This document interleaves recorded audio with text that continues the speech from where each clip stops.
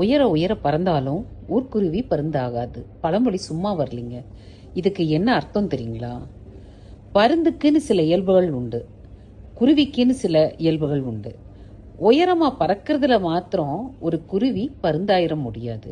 அந்த மாதிரி கையில பணம் இருக்கிறதுனால மாத்திரம் நீங்க எல்லா வல்லமையும் படைச்ச மனுஷர் ஆயிர முடியாது.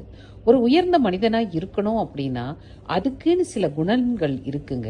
இப்படி இப்படி இருக்கணும் அப்படிங்கிறது சில வரைமுறைகளும் இருக்கு.